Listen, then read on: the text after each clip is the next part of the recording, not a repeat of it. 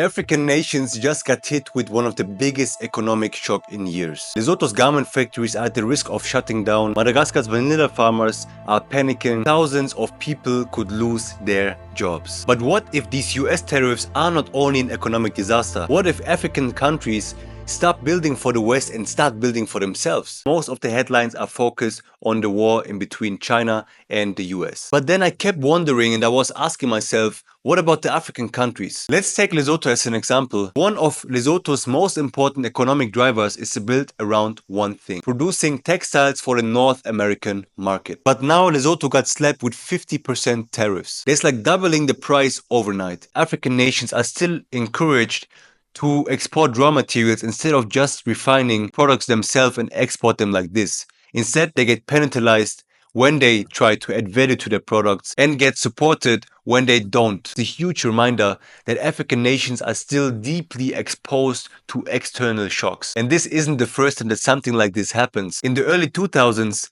countries like Lesotho and Madagascar were involved in a big textile boom. But then when the multi-fiber agreement ended in 2005, contracts disappeared, people lost their jobs, and African nations again couldn't compete with Chinese manufacturers. And even earlier in the 1980s and 1990s, the IMF and the World Bank pushed structural adjustment programs across African countries. Therefore, governments had to cut their local support and investments. And what was the result of this? That young industries got wiped out entirely by imports. What if this shock and the tariff wall forces African nations not to rely too heavily anymore on foreign and distant markets and start building their inner markets themselves? And the blueprint is already in place: the African Continental Free Trade Area. It's a signed agreement by almost every African country to create a single market of 1.3 billion people. This economic shock triggered by the new US tariffs